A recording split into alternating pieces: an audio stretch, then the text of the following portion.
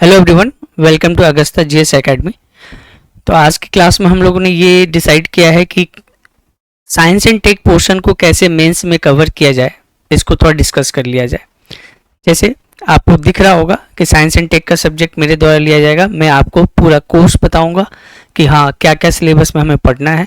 साथ ही साथ में हमें ये भी डिस्कस करना है कि हम साइंस एंड टेक के पोर्शन को लिखे कैसे, आंसर राइटिंग के केस में। जनरली आप सभी को पता है कि हिस्ट्री का जो लिखने का तरीका है, ज्योग्राफी का लिखने का तरीका है, आपके पॉलिटी के जो लिखने का तरीका है, वो हर सब्जेक्ट का आंसर राइटिंग का डिफरेंट होता है। सिमिलरली अगर हम बात करें साइंस एंड टेक के प्रोग्राम की बात करें, साइंस एंड टेक के क्वेश्चन को लिखा जाए तो कैसे लिखा जा सकता है। तो पहले हम लोग इस बात को भी डिस्कस करेंगे। सेकेंडली हम पूरे सिलेबस को कितने दिनों में कवर करेंगे, कवर करने के साथ साथ में हमारे टॉपिक्स क्या होंगे, क्या उन टॉपिकों से पीवाईक्यू का क्वेश्चन बनेगा नहीं बनेगा, हम लिखेंगे क्वेश्चन कैसे, हम उसको कैसे लिखने के बाद चेक कराएंगे, उसमें फीडबैक क्या आएगा, हम उसका इम्प्रूवमेंट कैसे करेंगे, बहुत सारी चीज़ें होंगी। तो हम लोग एक बार करके देखते हैं कि पहले कि साइंस एंड टेक सब्जेक्ट में क्या क्या चीज़ें आती हैं और हमें क्या क्या चीज़ें इसमें हमें पहले से पता होनी चाहिए। ठीक है, देखिए अगर हम साइंस एंड टेक की बात करें, साइंस एंड टेक की बात करें तो आपको सभी को पता है कि ये GS2 और पार्ट 3 का है, मतलब थर्ड पार्ट में साइंस एंड टेक पूछा जाता है। ठीक है, इसमें फॉर्मेट देख लेते हैं कि साइंस एंड टेक से अगर आपसे एग्जाम में पूछा जाएगा तो कितने सवाल पूछे जाएंगे और कितने टाइप के सवाल पूछे जाएंगे। तो आप सभी को पता है कि फॉर्मेट हमारे बीपीएससी में दो ही पे है, एक तो है शॉर्ट टाइप क्वेश्चन है, शॉर्ट टाइप क्वेश्चन आपसे पूछे जाएंगे, और एक आपसे पूछे जाएंगे लॉन्ग टाइप क्वेश्चन। अभी तक 69 तक बीपीएससी में ये देखा गया है कि जो शॉर्ट टाइप क्वेश्चन अगर वो हिस्ट्री में आए, पॉलिटी में आए, इकोनॉमिक्स और ज्योग्राफी में आए, साइंस एंड टेक में आए, तो जनरली 5 पूछे जाते थे। और पूछने का पर्पस में ये होता था कि हम छोटे छोटे क्वेश्चन में बांटकर एक बड़े क्वेश्चन को 5 हिस्सों में पूछा जाता था। चाहे शॉर्ट टाइप हो लॉन्ग टाइप हो, टोटल इसका वेटेज 36 मार्क्स का रहेगा, इसका भी वेटेज 36 मार्क्स का रहेगा। पर इस 36 मार्क्स के क्वेश्चन को करने के लिए आपको 5 क्वेश्चन अटेम्प्ट करने होते थे। पर इस बार 70 बीपीएससी में क्या हुआ, 70 बीपीएससी के मेंस में क्या हुआ, 70 बीपीएससी के मेंस में 5 की जगह कितना पूछ दिया गया, 6, जो पहले से किसी को नहीं पता था कि इसमें 6 क्वेश्चन आएंगे। तो ये भी हो सकता है कि जो क्वेश्चन का फॉर्मेट में है उसमें बीपीएससी कभी कुछ ना कुछ बदलाव कर सकती है। अब ये बात है कि 5 क्वेश्चन लिखना होता तो टाइम कम लगता, 6 क्वेश्चन तो टाइम ऐसे बढ़ गया। ऊपर से 70 बीपीएससी में जो लेंदी पोर्शन में जो डीआई आया, तो डीआई का लेंदी होना और एक साइंस टेक में क्वेश्चन का बढ़ना, टाइम मैनेजमेंट जो बच्चे करके पहले से चल रहे थे आंसर राइटिंग प्रोग्राम में, उसमें उनको एग्जाम के दिन थोड़ी सी क्या हो गई है, प्रॉब्लम हो गई है। तो आप ये मान के चलिए कि साइंस एंड टेक में अब से मे भी 6 क्वेश्चन ही पूछे जाए। तो सिंपल सी बात है, 6 क्वेश्चन पूछे जाएंगे, सबका 6 मार्क्स होगा, 36 मार्क्स हो जाएगा। क्लियर? तो ये एक ही क्वेश्चन है पर इसके सब पार्ट है, इसमें आपको 5 से 6 क्वेश्चन आपसे पूछे जा सकते हैं। ठीक है, क्लियर कट है। Now second is long type question. तो लॉन्ग टाइप क्वेश्चन 2 आएंगे, जैसे एक क्वेश्चन आएगा इस तरह से, कोई क्वेश्चन लेंथी में लिखा रहेगा, आप ये अटेम्प्ट कर सकते हैं और इसमें आपको चॉइस दी जाएगी। सिंपल सी बात याद रखिएगा, इसमें आपको चॉइस दी जाएगी, मतलब आप दोनों में से कोई अटेम्प्ट कर सकते हैं। पर एक बात यहां ध्यान देने वाली क्या है, ध्यान देने वाली बात ये है यहां पर कि ये जो 6 के 6 क्वेश्चन है ये कंपलसरी है। ये 6 के 6 क्वेश्चन क्या है, कंपलसरी है, इसमें कोई आपको ऑप्शन नहीं दिया जाएगा, आपको 6 के 6 क्वेश्चन करने ही होंगे। क्लियर कट है। तो ये एक बेसिक फॉर्मेट मैंने आपको बता दिया कि साइंस एंड टेक में आपको 72 मार्क्स का क्वेश्चन है। ये पेपर कितने मार्क्स का है, 72 मार्क्स का है। 72 मार्क्स को अगर आपको अटेम्प्ट करना है तो एटलीस्ट आपको 6 क्वेश्चन लिखने पड़ेंगे। 5 क्वेश्चन जनरली इसमें से आते हैं, एक लॉन्ग क्वेश्चन लिखना पड़ता है। ठीक है, पर इस बार जो हुआ है 70 बीपीएससी का मेंस, उसमें ये 6 क्वेश्चन और एक साथ, तो 70 बीपीएससी में हमें, आप नोटिस करो, 72 मार्क्स लाने के लिए हमें 7 क्वेश्चन को अटेम्प्ट करना पड़ा। 7 क्वेश्चन को क्या करना पड़ा, अटेम्प्ट करना पड़ा बच्चों के द्वारा। क्लियर कट है। तो ये फॉर्मेट आपको ध्यान रखना है। क्लियर है। अब देखते हैं इन दोनों क्वेश्चन को अटेम्प्ट कैसे किया जाए। ठीक है, तो मैं एक बेसिक लेके चलता हूं कि सर आप कोई भी क्वेश्चन लेते हो, जैसे फॉर एग्जांपल कोई अगर क्वेश्चन लॉन्ग क्वेश्चन है या शॉर्ट क्वेश्चन है, आप सभी को पता है, या आपने फर्स्ट टाइम अगर आप देने जा रहे हो इस बार बीपीएससी का मेंस, तो आपको पता होना चाहिए कि अगर हम क्वेश्चन के पार्ट्स बांटे, क्वेश्चन किस फॉर्मेट में लिखा जाता है, तो इसके तीन ही पार्ट है, इंट्रोडक्शन है, बॉडी है और कंक्लूजन है। आईबीसी के नाम से जाना जाता है, introduction conclusion, introduction body part और कंक्लूजन है।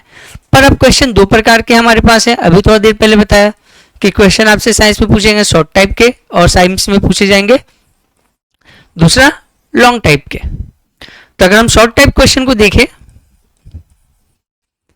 तो मैं अपने हिसाब से आपको बता देता हूं कि इसका मार्किंग स्कीम क्या होता है। ठीक है, मार्किंग स्कीम अगर देखा जाए तो देखिए ध्यान से, इंट्रोडक्शन जनरली 1 नंबर का होता है और कंक्लूजन भी 1 मार्क्स का होता है, और ये जो बॉडी है ये 5 नंबर या 6 नंबर की हो सकती है। 7 नंबर का क्वेश्चन आए तो 5 नंबर का होगा, और 8 नंबर का क्वेश्चन आए तो 6 नंबर का होगा।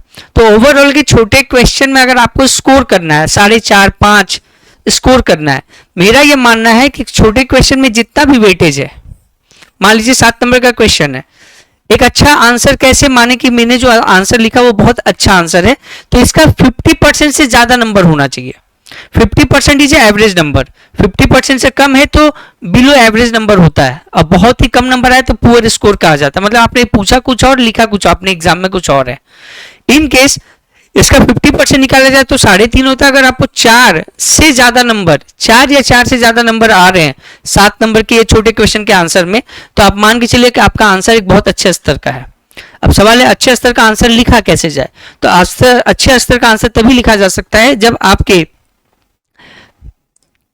आपका इंट्रोडक्शन, बॉडी और कंक्लूजन में जो क्वेश्चन की डिमांड है उस डिमांड को क्या किया जा सके, पूरा किया जा सके।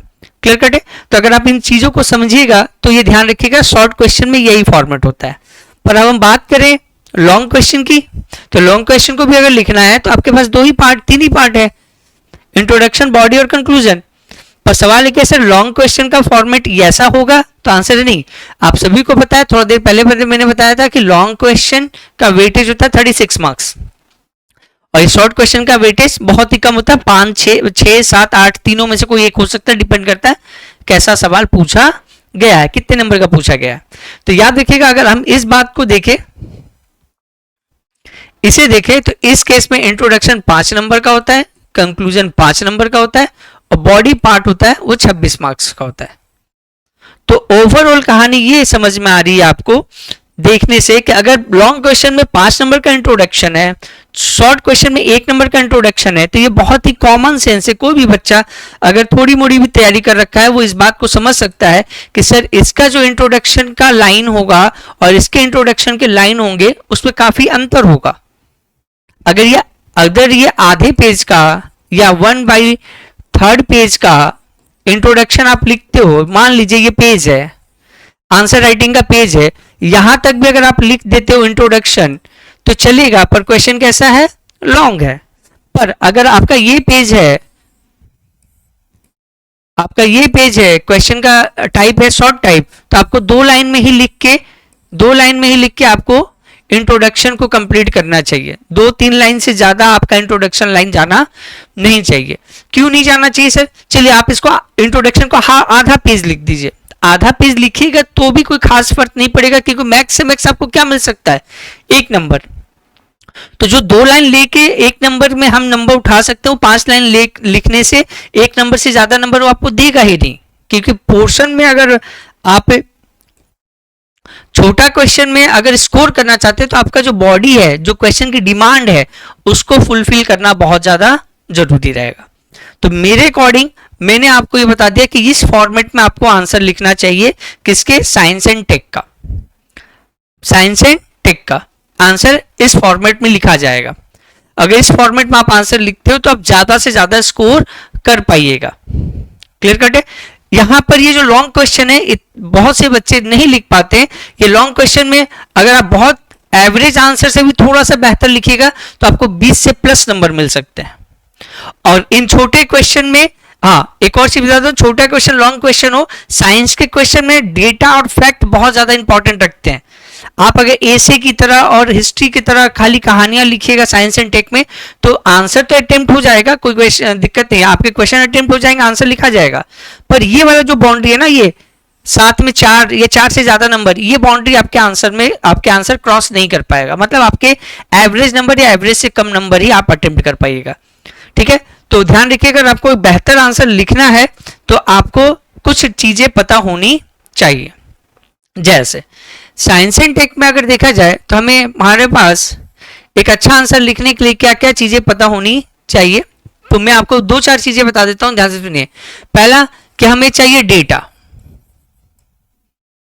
जानकारी चाहिए, डेटा चाहिए। डेटा, आपको कभी भी दिक्कत आए डेटा कहीं से लिखने में और लगता है कि ये जो डेटा हम पढ़ रहे हैं मैगजीन्स में कहीं लिखा हुआ गलत सही हो सकता है, तो मेरा सजेशन है कि डेटा आप हमेशा किसी भी चीज का डेटा लिखें तो पीआईबी से लिखें। पीआईबी मैगजीन से आप जो डेटा पब्लिश होता है, गवर्नमेंट द्वारा पब्लिश किया जाता डेटा है, इसी डेटा का इस्तेमाल करें, ये कभी गलत नहीं होता। ठीक है। नंबर 2, डेटा की वैल्यू करेक्ट रखिएगा, डेटा की वैल्यू करेक्ट रखिएगा। मतलब मान लीजिए फॉर एग्जांपल 1.343 के आसपास कोई वैल्यू है और आपको आइडिया नहीं है कि ये वैल्यू कितनी है, तो आप बहुत ज्यादा डिफरेंस में लिखिएगा तो गलत हो जाएगा, बहुत ज्यादा डिफरेंस में लिखिएगा तो गलत हो जाएगा। पर सर इतने सारे डेटा एग्जाम के दिन मेंस में याद कैसे रहेगा? इन केस अगर याद नहीं है तो आप इसे अप्रोक्स करके लिख सकते हैं कि 1.43 याद नहीं है पर मुझे पता 1.5 के आसपास था, तो आप इसको 1.5 करके भी लिख सकते हैं। अप्रोक्स इतनी वैल्यू थी, अगर आप आंसर में अप्रोक्स लगभग ऐसे शब्द लिखकर आसपास की वैल्यू लिख देते हो तो आपका आंसर एक्सेप्टेबल है, डेटा काटा नहीं जाएगा। तीसरा, छोटे क्वेश्चन साइंस एंड टेक में आपको इस्तेमाल करना चाहिए क्या? डायग्राम। बिना डायग्राम का साइंस एंड टेक का कोई सवाल मत लिखिएगा।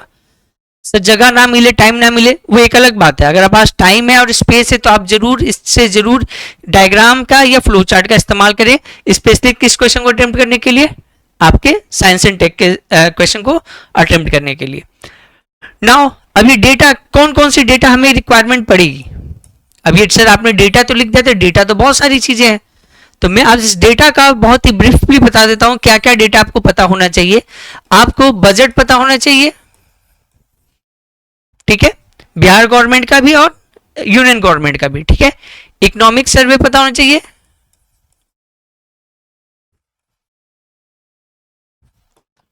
इकोनॉमिक सर्वे पता होना चाहिए। जितने भी इंडेक्स जारी किए जाते हैं किसी भी संस्था के द्वारा, किसी भी देश के द्वारा, स्टेट गवर्नमेंट के द्वारा हो या सेंट्रल गवर्नमेंट के द्वारा या कोई एजेंसी के द्वारा कोई इंडेक्स जारी होता है, जैसे गरीबी सूचकांक जारी हो गया, ये सारी चीजें, उनके डेटा आपको पता होना चाहिए, ठीक है। उसके बाद सबसे इंपॉर्टेंट आपको याद होना चाहिए एसडीजी, सतत विकास लक्ष्य, ये टोटल 17 है, इसकी संख्या कितनी है? टोटल 70 है। तो ये 4-5 ऐसे प्रमुख डेटा हैं जो आपके पास होने चाहिए शॉर्ट नोट्स के फॉर्म में, और वो उसका इस्तेमाल हम लोग करेंगे साइंस एंड टेक के आंसर को लिखने में। देखिए आंसर, आप कोई भी क्वेश्चन आपसे पूछा जाएगा आप उसके आंसर अच्छे से लिख सकते हैं, पर अच्छा आंसर अच्छा नंबर दिलाए ये डिपेंड करता है कि क्वेश्चन में जो आंसर लिखे गए हैं वो डिमांड को पूरा करते हैं या नहीं करते हैं, ठीक है। तो डिमांड को पूरा करने में ये थोड़ी सी चीजें, जो बेसिक चीजें मैंने आपको समझाई है, आप इसका इस्तेमाल करेंगे। ये छोटे क्वेश्चन में भी ये इसी फॉर्मेट में हमें लिखना है, डेटा लिखना है, एक्यूरेट लिखना है, डायग्राम याद करना है और वैल्यू करेक्ट लिखनी है, डायग्राम या फ्लो चार्ट का इस्तेमाल करना है। इससे हमारा आंसर थोड़ा सा ऑथेंटिक और साइंटिफिक लगेगा कि हम आंसर ने बहुत ही साइंटिफिकली साइंस एंड टेक का आंसर लिखे हैं। पर अगर आप पैराग्राफ भर भर के लिखते जा रहे लास्ट में एंड कर दिए इस तरह से, अगर लेटर राइटिंग की तरह आपने स्टार्ट किया लिखना, फिर यहाँ से पैराग्राफ, फिर यहाँ पैराग्राफ चेंज कर दिया, यहाँ पे लिख लिए, फिर दूसरा पेज आया, दूसरा पेज में से लिख के यहाँ पे आपने भर दिया, पूरा पेज भर दिया, तो हाँ कंटेंट आपने ढेर सारा लिख दिया पर फॉर्मेटिंग आपकी अच्छी नहीं है, तो स्कोर यहाँ पे बहुत ज्यादा अच्छा स्कोर नहीं कर पाइएगा आप। याद रखिएगा स्कोर मैं मानता हूँ बहुत अच्छा तभी होगा जब आप किसी भी क्वेश्चन के वेटेज का 50% से अधिक नंबर ले आते हैं, तो मैं मानता हूं एक अच्छे आंसर को आपने लिखा है। जैसे अगर 36 नंबर का क्वेश्चन है, लॉन्ग क्वेश्चन 36 नंबर का है, तो इसमें कम से कम 18 नंबर से प्लस अगर आता है तो अच्छा आंसर है। अगर आप 20 क्रॉस कर जाते हैं, 22 ले आते हैं, 24 ले आते हैं, तो बहुत अच्छा आंसर आपने लिखा है। तो अच्छा आंसर से बहुत अच्छा आंसर जाने में कुछ चीजें जो मैंने बोर्ड पे भी बताई हैं वेरी वेरी क्या है, इंपॉर्टेंट है। आपको इसी फॉर्मेट में क्या करना पड़ेगा, लिखना पड़ेगा। सवाल अब ये सब डेटा कहां से आएगा, तो हमने जो कोर्स लाए हैं, हम लोग ने जो कोर्स लाया है उस कोर्स में ध्यान रखिएगा, ये जो कोर्स मैंने लाया आंसर राइटिंग का, इस आंसर राइटिंग कोर्स में जब मैं पढ़ाऊंगा आप लोगों को पूरा साइंस एंड टेक, तो साथ ही साथ मैं हर लेक्चर में ये बताऊंगा कि आज के लेक्चर में कौन कौन से डेटा आपके लिए वेरी वेरी इंपॉर्टेंट है। उन डेटाओं को आपको एक सेपरेट शॉर्ट नोट्स 4-5-10 पन्नों की कॉपी बना लेनी है, या A4 साइज पेपर का 10 पेज ले लेना है। उस पेज में जो जो चीजें मैं बताऊंगा उस डेटा को रखना है, और ये भी साथ साथ में मैं आपको बताऊंगा कि ये डेटा का इस्तेमाल किस क्वेश्चन में किया जा सकता है। अगर बजट में मान लीजिए कोई स्कीम आती है और उस स्कीम को अगर आपने इस्तेमाल करना है, तो उस इस्तेमाल करने के बाद जो क्वेश्चन पूछे जाएंगे वो स्कीम को किस किस क्वेश्चन में लिखा जा सकता है। जैसे बहुत ही फेमस स्कीम आप सभी को पता है कि जन जीवन 7 निश्चय जो हमारे पास है, जो 7 निश्चय है वो भी बिहार का पार्ट 1 और पार्ट 2 वेरी इंपॉर्टेंट है। तो अगर ये बजट आपके डेटा याद है, इकोनॉमिक सर्वे याद है, और रिसेंटली आपने इसे पढ़ रखा है पीटी के एग्जाम के लिए, इंडेक्स बहुत सारे हैं उसमें भारत की रैंकिंग, बिहार की रैंकिंग आपने पढ़ रखा है, वो भी काम का है। सतत विकास गोल की संख्या टोटल 17 है, 17 के 17 याद होने चाहिए। 1 नंबर पे क्या है, 2 नंबर पे क्या है, 3 नंबर पे क्या है, 4 नंबर पे क्या है, ठीक है। और 7 निश्चय की हमें पता होना चाहिए, पार्ट 1 एंड पार्ट 2, क्योंकि बिहार का एग्जाम दे रहे हैं और बिहार गवर्नमेंट की चर्चा ना करें, बिहार गवर्नमेंट का स्कीम और उनकी पहलों की चर्चा ना करें, तो क्वेश्चन बहुत अच्छा आंसर लिखा नहीं जा सकता, ठीक है। क्लियर है यहाँ पे।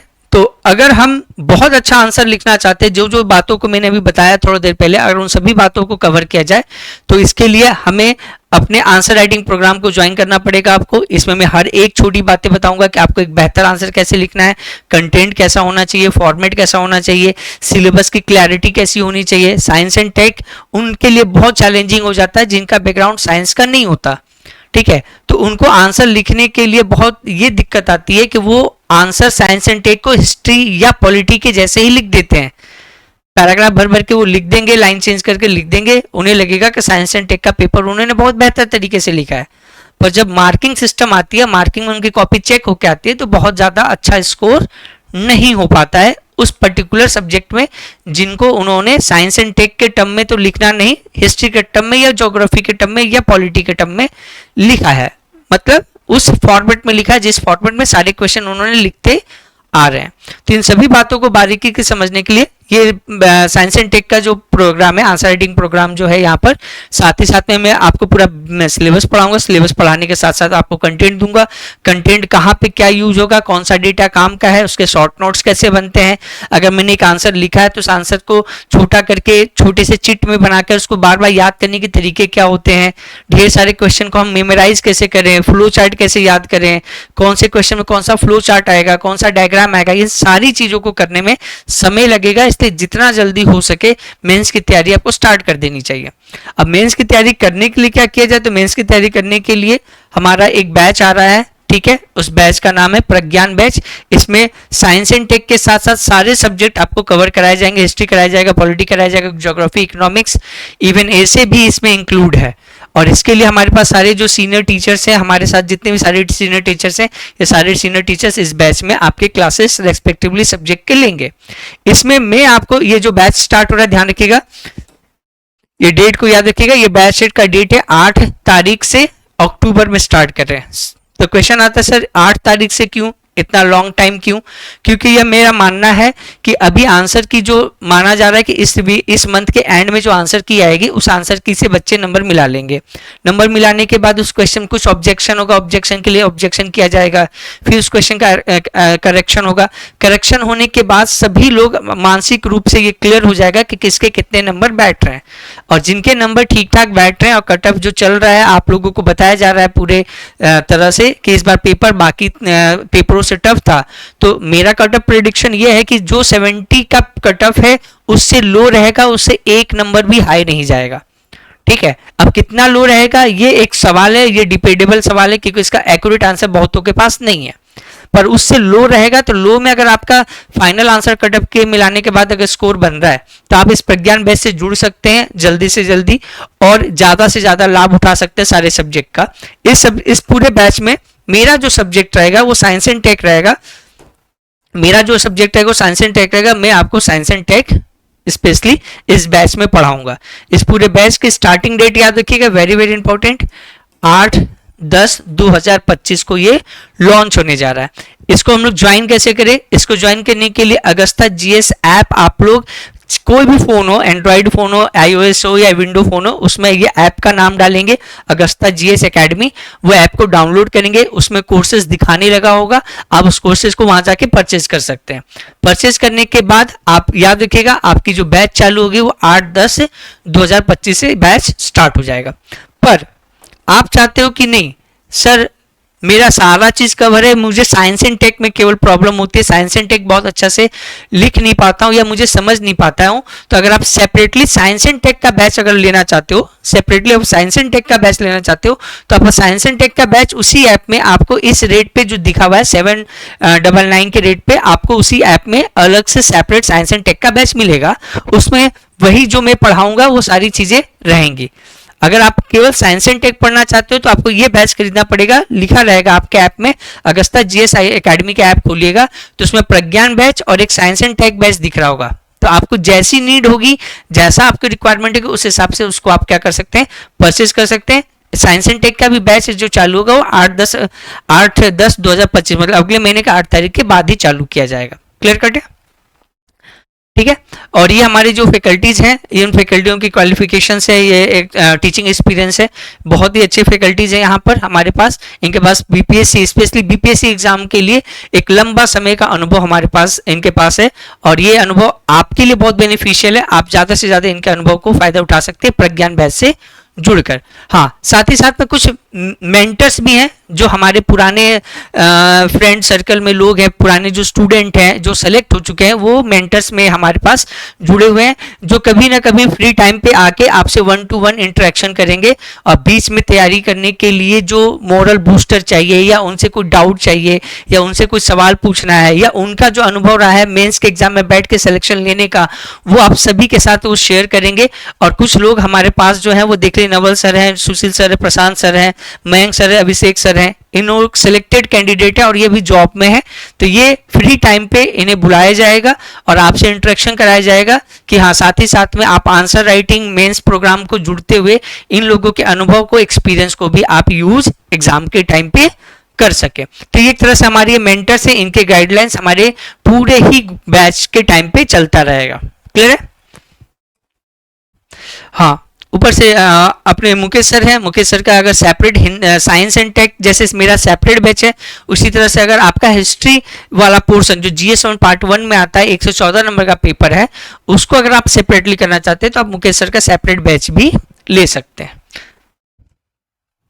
ठीक है, ये प्रज्ञान बैच का पूरा फीस है, आपको मैंने बता रखा है। डेट याद रखिएगा, 8-10 तारीख से हम लोग इसको स्टार्ट करने वाले हैं। ठीक है, इसमें मैं विकास कुमार सिंह आपको साइंस एंड टेक का पोर्शन कवर कराऊंगा। ठीक है, ये हमारे मेंटर्स हो गए। अब देखिए, ये तो हो गया फॉर्मेटिंग का कि कैसे कैसे हम लोग को क्या करना है, क्या नहीं करना है, और ये सारी चीजें हम कवर करेंगे। अब है सवाल कि सर हमें मटेरियल में क्या चाहिए, अगर हम साइंस एंड टेक पढ़ते हैं तो हमारे मटेरियल्स में क्या चाहिए, मतलब हमारे पास क्या क्या चीजें होनी चाहिए मटेरियल्स के लिए कि हम उसे पढ़ें तो हमारा साइंस एंड टेक का पोर्शन कवर हो जाए। पहला तो सर आपको आपके पास होना चाहिए PYQ का बैंक। साइंस एंड टेक के जितने भी सवाल हैं उसके आपके पास बैंक होना चाहिए। अगर आपके पास बैंक नहीं है तो हम लोग आपको अवेलेबल कराएंगे, बैच स्टार्ट होने से पहले आपको अवेलेबल हो जाएगा कि हाँ ये क्वेश्चन एग्जाम्स में पूछे गए हैं। हाँ, मैंने क्या किया है कि मैंने ये सारे क्वेश्चन को टॉपिक वाइज बांट दिया है, क्योंकि एग्जाम में तो क्वेश्चन आते, टॉपिक वाइज क्वेश्चन नहीं आता। तो अगर फॉर एग्जाम्पल मान लीजिए आपको मैंने ऊर्जा पढ़ाया, चैप्टर पहला स्टार्ट किया ऊर्जा, जिसको हम लोग क्या बोलेंगे, एनर्जी। तो हमारे दिमाग में ये आना चाहिए कि अगर मैंने पूरा एनर्जी ऊर्जा चैप्टर कवर कर लिया है, तो कवर करने के बाद बीपीएससी ने आज तक इस टॉपिक से क्या क्या पूछा है, उसके पूछने का तरीका क्या है, उस तरीके में क्या कॉमन है, और उसके साथ ही साथ हमें यह भी जानना बहुत जरूरी है कि हम अगर ऊर्जा चैप्टर को कवर करते हैं क्लास में, तो क्लास के नोट से क्या पीवाईक्यू के सारे सवाल बनेंगे कि नहीं बनेंगे। इन सभी बातों को जानने के लिए हमें ऊर्जा चैप्टर कवर करना होगा और साथ ही साथ में पीवाईक्यू के क्वेश्चन लेके बैठने होंगे। तो ये सारे क्लास बैच में ये पढ़ाया जाएगा। इसी तरह से आपको बैच कंप्लीट कराई जाएगी कि आपके नोट्स पीवाईक्यू से मैच करें, और अपकमिंग एग्जाम्स में जो 71 का बीपीएससी आने वाला है मेंस, उसमें और क्या अच्छा नया पूछा जा सकता है। अगर बीपीएससी ऊर्जा से ही पूछे तो पीवाईक्यू पूछेगी, और पीवाईक्यू ना पूछे तो कुछ नया क्या पूछा जा सकता है, उन सभी बातों को डिस्कस किया जाएगा। तो मैं पीवाईक्यू का जो क्वेश्चन बैंक आपको दूंगा उसमें एनर्जी चैप्टर के सारे क्वेश्चन एक जगह कर दूंगा। मान लीजिए अभी तक बीपीएससी ने जब से स्टार्ट किया एग्जाम, अभी तक मान लीजिए 13 क्वेश्चन पूछे गए, तो सारे के 13 क्वेश्चन इस बुकलेट में आपको मिलेंगे मेंस बैच स्टार्ट होने से पहले। कि आप पहले ही क्लियर रखो कि हाँ सर ने अगर आज ऊर्जा चैप्टर पढ़ाया है तो भाई बीपीएससी में ऊर्जा चैप्टर से ऐसे ऐसे सवाल बनते हैं, और एग्जाम में अगर आएंगे तो इसी फॉर्मेट में सवाल आएंगे। तो चलो इस सवाल को हम लोग पहले से कर लेते हैं और इसके फॉर्मेटिंग में आंसर, मॉडल आंसर लिख लेते हैं कि नेक्स्ट जो हमारा पेपर आने वाला है उसमें अगर इस चैप्टर से अगर बीपीएससी सवाल पूछे तो मेरा क्वेश्चन क्या हो जाए, अटेम्प्ट हो जाए। तो इस क्वेश्चन बुकलेट को मैं आपको याद रखिएगा कैसे बांट दूंगा, मैं टॉपिक वाइज बांट दूंगा, और एक एक टॉपिक करते जाएंगे, सवाल आप बनाते जाएंगे, आंसर लिखते जाएंगे, चेक कराते जाएंगे, करेक्शन होते रहेगा, मॉडल आंसर आपको दे दिया जाएगा, डेटा आपको दे दिया जाएगा। एक परफेक्ट आंसर लिख लीजिए, मॉडल आंसर तैयार हो गया, उसका रिवीजन करते रहिए, उसका शॉर्ट नोट्स बना लीजिए, एग्जाम के दिन जाइए, रिवीजन अच्छा रहेगा, एग्जाम में क्वेश्चन आएगा आप उसको लिखिएगा, 4 से प्लस नंबर आप इसको स्कोर करके एक अच्छा सक्सेसफुल साइंस एंड टेक का बैच को कवर करते हुए अच्छा आंसर लिख सकते हैं। ठीक है, तो हम पहले ये करेंगे, क्वेश्चन बैंक होना चाहिए। दूसरा, क्वेश्चन बैंक पढ़ाने के बाद अगर आप क्वेश्चन चेक कराते हो तो क्वेश्चन चेक करने के बाद आप चाहते हो कि नहीं सर आप इस क्वेश्चन को लिखते, अगर आप इस क्वेश्चन को अटेम्प्ट करते तो आपका आंसर क्या होता। तो आपको मॉडल आंसर जो मैं दूंगा वो जनरली मेरे द्वारा ही लिखा रहेगा। ठीक है, उसमें हर एक छोटी बातें मैं लिखूंगा कि अगर हाँ इस क्वेश्चन को अटेम्प्ट किया जाए तो क्वेश्चन में क्या क्या चीजें किस फॉर्मेट में लिखना चाहिए, क्या क्या डेटा होना चाहिए। तो पहले पीवाईक्यू आपको दूंगा मैं, फिर टॉपिक पढ़ाऊंगा, टॉपिक के बाद क्वेश्चन कराऊंगा, क्वेश्चन कराने में क्वेश्चन चेक होंगे, चेक होने के बाद आपका गलतियां और करेक्शन बताई जाएगी, और फिर लास्ट में आपको एक मॉडल आंसर दिया जाएगा कि हाँ देखो इस क्वेश्चन को अटेम्प्ट करना चाहते हो तो आप इस फॉर्मेट में बेहतर तरीके से लिख सकते हो। तो इन सभी बातों को ध्यान रखते हुए ध्यान रखिएगा, हम लोग जो बैच ला रहे हैं उस बैच में यही सारी खासियत है। 1-to-1 करेंगे और रेगुलर क्लासेस रहेंगी, टाइम पे कंप्लीट होगा। और सबसे इंपॉर्टेंट एक बात ये और है कि अगर 8 तारीख से बैच चालू भी हो रहा है, 8 तारीख से बैच चालू भी हो रहा है, और निश्चिंत होकर आप ये मान के चलिए कि जनवरी में एग्जाम्स होने वाले हैं, जैसा चल रहा है मीडियाज में, जैसा चल रहा है डिजिटल प्लेटफॉर्म पे कि एग्जाम जनवरी तक जाने के चांसेस हैं। अभी आपको भी पता है इलेक्शन है, इलेक्शन के बाद सरकार बनेगी तो बहुत सारी चीजें व्यस्त हो जाएंगी, व्यवस्था एडमिनिस्ट्रेशन व्यस्त हो जाएगा, तो अभी मेंस होने के चांसेस बहुत ही क्या है, कम है। अगर मेंस जनवरी में भी होता है तो आपके पास अच्छा खासा अक्टूबर नवंबर दिसंबर 3 मंथ रहते हैं, और ये माना भी जाता है कि बीपीएससी में जब एग्जाम्स मेंस का होता है उसमें लगभग 90 डेज का ही गैप मिलता है।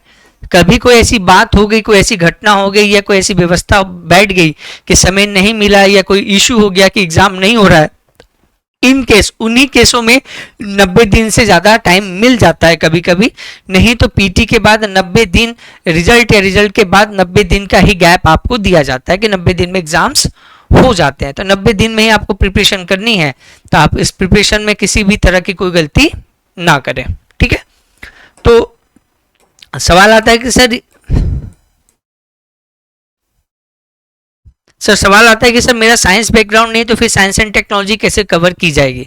तो अगर आपके साइंस एंड बैकग्राउंड नहीं और साइंस एंड टेक्नोलॉजी कवर की जाएगी तो 2 बातों को ध्यान रखेंगे। पहला, आंसर राइटिंग प्रोग्राम में आपको कंटेंट आना चाहिए। कंटेंट का अगर बहुत ज्यादा पीटी लेवल पे, बीपीएससी लेवल में, पीटी लेवल पर हर छोटे छोटे कॉन्सेप्ट आपको नहीं पता है तो आंसर राइटिंग में कुछ खास ज्यादा फर्क नहीं पड़ता। जैसे मैं आपको एक एग्जाम्पल बताता हूँ, जैसे क्वेश्चन आ जाता है कि बताइए ऊर्जा से सामाजिक जीवन कैसे प्रभावित हो सकता है, या सामाजिक जीवन को बेहतर बनाने में ऊर्जा का, एनर्जी का क्या भूमिका है, इसकी चर्चा करें। तो एनर्जी कैसे जनरेट होती है, पावर प्लांट में कैसे काम होता है, न्यूक्लियर पावर प्लांट में एनर्जी कैसे जनरेट होती है, सोलर में एनर्जी कैसे जनरेट होती है, एनर्जी जनरेट होती है बहुत दूर हमारे घर तक कैसे आती है, वायर कैसे होते हैं, ट्रांसफार्मर कैसे काम करते हैं, जनरेटर कैसे काम करते हैं, आपको कुछ भी नहीं पता। तो ये पता ना होने के कारण क्या आंसर नहीं लिख पाएंगे? आंसर है नहीं, आंसर तो लिखा ही जाएगा, लिखा ही जाएगा, इनके जाने, ये आप जानो या ना जानो, पर सर कैसे? तो इसलिए क्योंकि सामाजिक जीवन को बेहतर बनाने में एनर्जी की जो भूमिका है, इस पे सवाल लिखने में इन सब के जानने, जनरेटर कैसे काम करता है, ट्रांसमिशन मिशन कैसे काम करता है, ये रिक्वायरमेंट नहीं है। तो अगर आपके उतने बेसिक नहीं है तो वो हमारे मेंस के आंसर राइटिंग में भी किसी काम के नहीं है। और आपको पहले से पता है तो अच्छी बात है, नहीं पता है तो आपका आंसर लिखने में इनकी खास भूमिका नहीं रहेगी। ठीक है, तो अगर आपके साइंस एंड टेक का बेसिक बहुत ही कमजोर है तो भी आपके आंसर राइटिंग में खास प्रभाव नहीं पड़ेगा। हाँ, पर ये पीटी के एग्जाम में अगर आपका साइंस वीक है तो साइंस के कारण आपके पीटी के एग्जाम में प्रभावित हो सकता है, क्योंकि वो छोटी छोटी चीजें पूछते हैं और हर छोटी चीजें आपको वहां पे पता होनी चाहिए। तो मेंस में ऐसा कुछ नहीं है, मेंस में अगर साइंस बैकग्राउंड नहीं है तो भी आप एक बहुत बेहतर साइंस के आंसर, साइंस एंड टेक का आंसर लिख सकते हैं। ठीक है, तो ओवरऑल यही है कहानी कि हम ज्यादा से ज्यादा कोशिश यही करेंगे कि पूरे प्रॉपर तरीके से, फॉर्मेट तरीके से आपको ये पढ़ाया जाए। सिलेबस टाइम पे होगा, प्रॉपर तरीके से होगा, क्वेश्चन कराए जाएंगे, पीवाई की क्वेश्चन सॉल्व कराए जाएंगे, आपको गलतियां बताई जाएंगी, मॉडल आंसर आपको दिया जाएगा और अच्छा एक साइंटिफिक तरीके से आपको समझाया जाएगा। ठीक है, मैंने जो बीपीएससी के एग्जाम्स में मेंस दिए थे और इंटरव्यू दिया था तो मेरे साइंस एंड टेक में 24 नंबर आते थे, और 24 नंबर 36 में 24 नंबर लाना बहुत अच्छा स्कोर माना जाता है।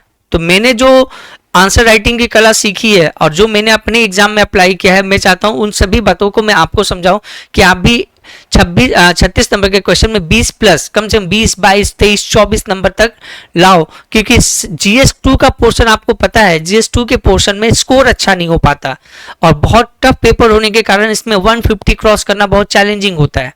तो 150 क्रॉस अगर करना चाहते हो या 150 तक लाना चाहते हो तो आपको साइंस एंड टेक जो 72 मार्क्स का है इसमें एक अच्छा स्कोर 40 से प्लस लाना पड़ेगा। तो अगर आप दोनों 36 नंबर में 22 नंबर लाते हो तो आप 22 नंबर अगर लेके आते हो, जैसे आपको मैं इस फॉर्मेट बताऊं, जैसे कहां गया वो छोटा क्वेश्चन,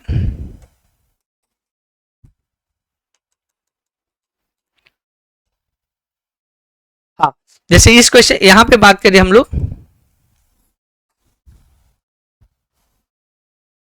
अगर छोटा क्वेश्चन में अगर हमारे पास छोटे क्वेश्चन में अगर 22 नंबर आ जाता है, लॉन्ग क्वेश्चन में अगर भी 22 नंबर आ जाता है, तो ओवरऑल हम इसको जोड़ दिया जाए तो हमारे पास 44 मार्क्स आ जाते हैं 72 में। 44 मार्क्स आ जाता है 72 में, मतलब बचा क्या? तो आपके पास बचा पॉलिटी, इकोनॉमी और ज्योग्राफी। इससे आप मिलाकर जितना नंबर उठाना चाहो उठा लो। 44 मार्क्स तो आपको साइंस दे के जाएगा अगर आपके साइंस अच्छे से कवर किया गया है तो इस केस में अगर आप चाहो तो 150 प्लस नंबर GS2 में आप आराम से ला सकते हो। GS2 में 150 क्रॉस अगर आपको करना है तो ये बात याद रखिएगा, आपको साइंस में 40-45 नंबर आराम से लाने होंगे। 40 से अगर कम नंबर साइंस एंड टेक में आता है तो GS2 में आप 140-145 को क्रॉस नहीं कर पाओगे और आपके स्कोर बहुत लो होने के कारण शायद मेरिट में बहुत अच्छी रैंकिंग आपको नहीं मिल सकती। यहां तक क्लियर है सभी को? चलिए, और क्या फायदा होगा अगर साइंस एंड टेक को अगर हम और अच्छे से कवर करते हैं तो और क्या फायदा होगा? तो फायदा होगा इसमें, आपको पता है कि आपको एक निबंध का पेपर 300 नंबर का लिखना होता है। 300 नंबर का एक पेपर लिखना होता है जिसमें 3 सेक्शन होते हैं, सेक्शन 1, सेक्शन 2 और सेक्शन 3। सेक्शन 1 में टोटल 4 क्वेश्चन होते हैं, सेक्शन 2 में भी टोटल 4 क्वेश्चन होते हैं, सेक्शन 3 में भी टोटल 4 क्वेश्चन होते हैं। हर सेक्शन 100 नंबर का होता है और इसमें से 4 में से किन्हीं एक क्वेश्चन को आप अटेम्प्ट करना चाहते हो। तो इन केस आपने साइंस एंड टेक का सिलेबस अच्छे से कवर कर लिया, आंसर राइटिंग कर ली, डेटा याद कर लिया, आपके साइंस एंड टेक के आंसर बहुत ही बेहतरीन तरीके से लिखना आपने सीख लिया, कंटेंट भी आपके पास बहुत अच्छा है, तो याद रखिएगा इस फर्स्ट सेक्शन में एक क्वेश्चन याद रखिएगा हमेशा साइंस एंड टेक से ही होता है। अगर आप चाहते हो तो 70 का बीपीएससी का मेंस का पेपर देख लो, 69 का बीपीएससी का मेंस का पेपर देखो, 68 का बीपीएससी का मेंस का पेपर देख लीजिए। आपको सेक्शन 1 में एक क्वेश्चन, 4 में से एक क्वेश्चन किस पे रहेगा, साइंस एंड टेक्नोलॉजी पे। जैसे मैं आपको बताता हूं, इंफॉर्मेशन टेक्नोलॉजी, इंफॉर्मेशन टेक्नोलॉजी, सूचना प्रौद्योगिकी एंड डेवलपमेंट, सूचना प्रौद्योगिकी और विकास, ये एक टॉपिक आया था 70 बीपीएससी के मेंस में आपके ए से सेक्शन 1 में 100 नंबर का। तो अगर आप साइंस एंड टेक में आईटी वाला सेक्टर, इंटरनेट आपने अच्छे से कर लिया, साइबर क्राइम आपने अच्छे से कर लिया, ब्लॉकचेन अच्छे से आपने कर लिया, क्वांटम कंप्यूटिंग कर ली, आईओटी अच्छे से कर लिया आपने, सुपर कंप्यूटर कर लिया, एआई कर लिया, ओवरऑल सूचना प्रौद्योगिकी वाला चैप्टर आपने बहुत अच्छे से कर लिया, तो इस वाले एसे को आप बहुत बेहतरीन तरीके से लिख सकते थे। तो ऐसा नहीं है कि हम केवल साइंस एंड टेक पढ़ेंगे तो 72 मार्क्स का ही स्कोर होगा, 72 से ज्यादा हो सकता है अगर आप इस सब्जेक्ट को बहुत बेहतर तरीके से करेंगे। तो मेरा सजेशन है कि आप इस तरीके से साइंस एंड टेक को पढ़िए कि आपका एक एसे का टेंशन कम हो जाए, GS2 में स्कोर बढ़ जाए, और साथ ही साथ में साइंस एंड टेक अगर आपका अच्छा रहेगा तो 72 का प्रीलिम्स अगर आप देते हो, अगर उसमें साइंस एंड टेक आता है तो इस साइंस एंड टेक की फायदा आप 72 के प्रीलिम्स में भी इस्तेमाल कर सकते हो। तो ओवरऑल यही सारी चीजें आपको करनी है। नेक्स्ट क्लास में हम लोग देखेंगे कि मॉडल आंसर को लिखा कैसे जाता है। एक मॉडल आंसर लिख के हम लोग चेक करेंगे कि हम उसमें क्या क्या चीजें होनी चाहिए, डायग्राम क्या होना चाहिए, फ्लो चार्ट क्या होना चाहिए, ओवरऑल सारी चीजें। तो ये रहा साइंस एंड टेक का इंट्रोडक्शन। इस इंट्रोडक्शन के आधार पर आप देख सकते हो कि सब्जेक्ट का क्या वेटेज है, इस सब्जेक्ट को हम लोग इस बैच में कैसे कवर कराएंगे, और इस बैच में हम लोग क्या क्या सीखेंगे साइंस एंड टेक के पेपर को अच्छे तरीके से लिखने के लिए। तो मेरी तरफ से गुड लक सभी को, जल्दी से जल्दी इस बैच में जुड़ जाइए और अपना प्रिपरेशन को एक बेहतर स्टार्ट दीजिए, और मेरे साथ जुड़कर साइंस एंड टेक के एक बेहतर नंबर लाने के लिए, एक अच्छे सब्जेक्ट का वेटेज बढ़ाने के लिए इस सिलेबस को क्या कीजिए, कवर कीजिए। मेरी तरफ से गुड लक, नेक्स्ट क्लास में इसके आगे मिलते हैं। Thank you, tata, bye bye.